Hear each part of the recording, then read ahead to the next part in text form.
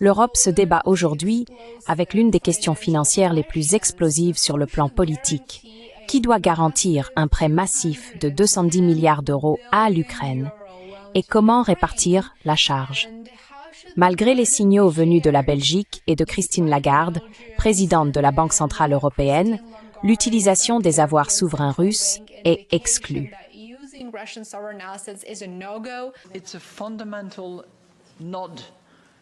C'est un élément fondamental et non optionnel du réseau des transactions financières, non seulement en Europe, mais dans le monde entier.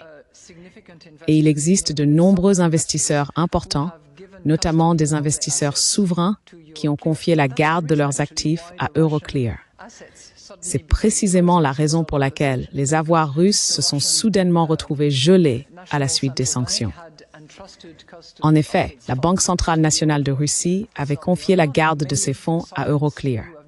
Ce n'est pas la seule. De nombreux États souverains ont fait la même chose. Et le volume, je parle de mémoire, mais le volume des actifs en dépôt chez Euroclear dépasse les 40 000 milliards d'euros. C'est gigantesque.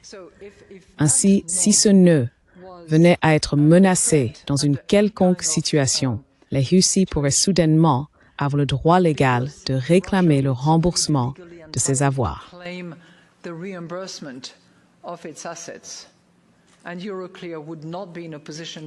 Et Euroclear ne serait pas en mesure de le faire, car l'instrument détenu sur son compte n'est pas, par exemple, un instrument négociable. C'est à ce moment-là que la garantie des États membres serait appelée à compenser le risque inscrit dans les livres d'Euroclear. Et cela explique la préoccupation des autorités belges. Je pense que c'est la meilleure explication que je puisse donner à ce sujet.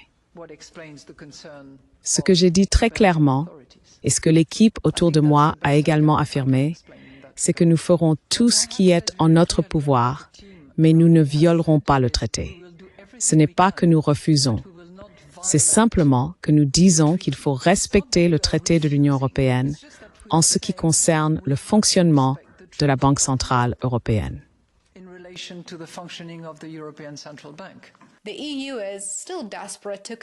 L'Union européenne cherche toujours désespérément à continuer de financer la guerre par procuration en Russie via l'Ukraine, et elle refuse catégoriquement d'abandonner l'idée initialement proposée par Ursula von der Leyen, utiliser les avoirs souverains russes pour garantir un prêt de réparation à l'Ukraine.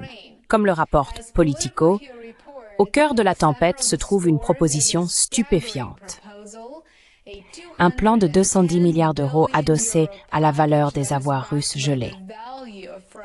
Ce projet de l'UNEPE met en lumière de profondes divisions au sein même de l'Union européenne.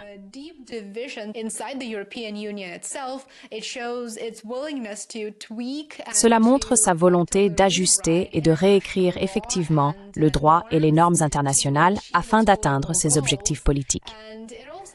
Cela souligne également qu'il existe un jeu d'échecs géopolitiques en cours, impliquant Bruxelles et Kiev, qui ont catégoriquement rejeté la tentative de Donald Trump d'au moins entamer la conversation pour mettre fin au conflit. Et je dis au moins entamer la conversation parce que, comme nous le savons très bien, le plan de paix en 28 points comprenait plusieurs éléments que, depuis des années, Moscou affirmait ne tout simplement pas pouvoir soutenir, qu'il ne pouvait pas accepter. Aujourd'hui, le chancelier allemand Merz est prêt à tout faire pour continuer à financer Zelensky. Politico écrit que des documents diffusés à Bruxelles cette semaine révèlent la part de garantie dont chaque pays de l'UNOMEB serait responsable.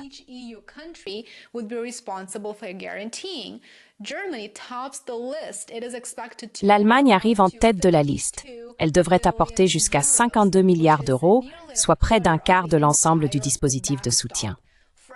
La France, l'Italie, l'Espagne, la Pologne et les Pays-Bas assumeraient également des parts importantes, tandis que les pays plus petits, du Portugal à la Slovénie, contribueraient proportionnellement. Au total, les 27 États membres de l'UE devraient engager des milliards d'euros supplémentaires pour fournir davantage de financement au président ukrainien Zelensky.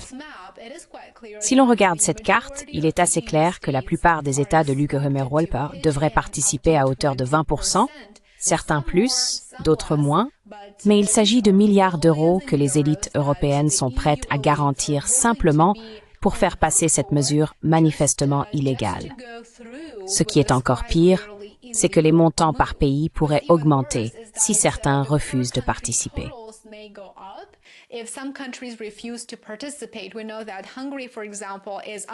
Nous savons que la Hongrie, par exemple, est peu susceptible de soutenir cette idée.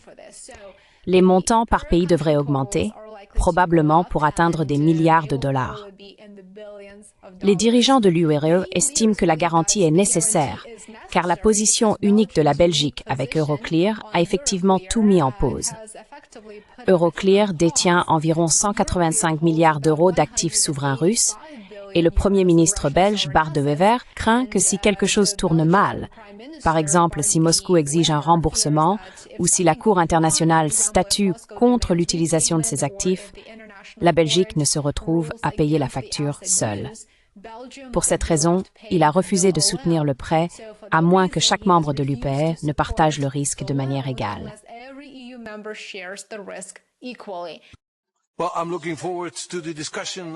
Eh bien, j'attends avec impatience la discussion sur les avoirs immobilisés, pas les avoirs gelés. Il y a une grande différence. Les avoirs souverains. Il y a l'idée de les confisquer pour les donner à l'Ukraine. Je cherche la base juridique de cette décision. Ce n'est pas un détail. Même pendant la Seconde Guerre mondiale, les avoirs immobilisés n'ont jamais été touchés. C'est donc une étape très importante si vous souhaitez la franchir. Nous avons 3 exigences. D'abord, je veux une mutualisation complète du risque, car il y a un grand risque. Nous pourrions faire face à d'énormes réclamations. Donc, si vous voulez faire cela, il faudra le faire tous ensemble. Et nous voulons des garanties que si l'argent doit être remboursé, chaque État membre contribuera.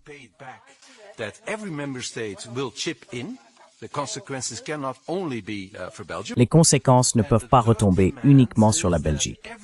Et la 3e exigence est que chaque pays détenant des avoirs immobilisés avance avec nous, car nous sommes les seuls. L'Europe est la seule institution financière à offrir les bénéfices exceptionnels à l'Ukraine. Nous savons qu'il existe d'énormes sommes d'argent russes dans d'autres pays qui sont toujours restés silencieux à ce sujet. Si nous avançons, nous devons avancer tous ensemble. C'est cela, la solidarité européenne.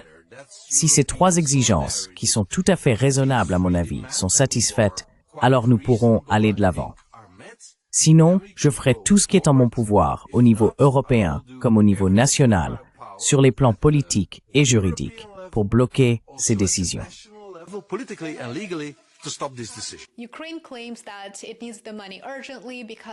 L'Ukraine affirme qu'elle a un besoin urgent de cet argent, car elle fait face à un déficit budgétaire de 71,7 milliards d'euros l'année prochaine. Friedrich Merz a donc promis que l'Allemagne assumerait la responsabilité de 25% de la garantie pour le prêt de réparation, soit de loin la part la plus importante. Merci beaucoup. Ce qui m'a frappé, c'est que Zelensky, lors de la réunion, a déclaré qu'il n'avait même pas lu la dernière proposition de paix entre les États-Unis et l'Ukraine. Ce qui était un peu surprenant à entendre. Vous en conviendrez? Bien sûr, la réunion a été très infructueuse, comme on pouvait s'y attendre.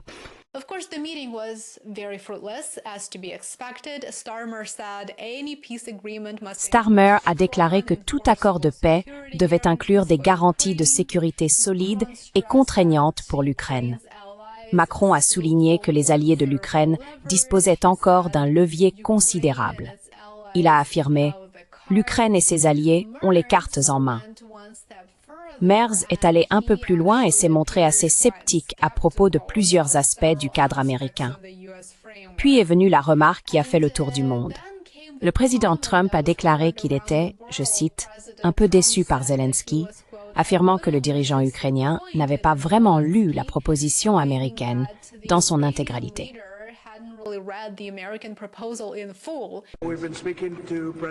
Nous avons parlé au président Poutine et aux dirigeants ukrainiens, y compris au président Zelensky. Je dois dire que je suis un peu déçu que le président Zelensky n'ait pas encore lu la proposition. C'était le cas il y a quelques heures. Son peuple l'adore.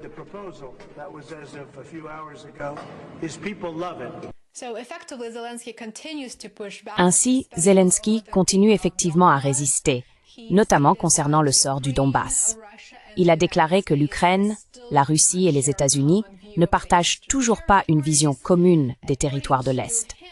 Selon lui, le statut de Donetsk et de Lugansk reste non résolu, et les négociateurs n'ont pas trouvé d'accord. Comme on peut le constater, l'incertitude plane sur tout. Les pourparlers de paix, le plan concernant les avoirs gelés, la capacité de l'Ukraine à financer son gouvernement l'année prochaine, ainsi que sur le processus de paix dans son ensemble. Le 18 décembre, les dirigeants de l'UE-Comel décideront s'ils sont prêts à aller de l'avant avec ce que beaucoup qualifient de vol de facto des avoirs souverains russes.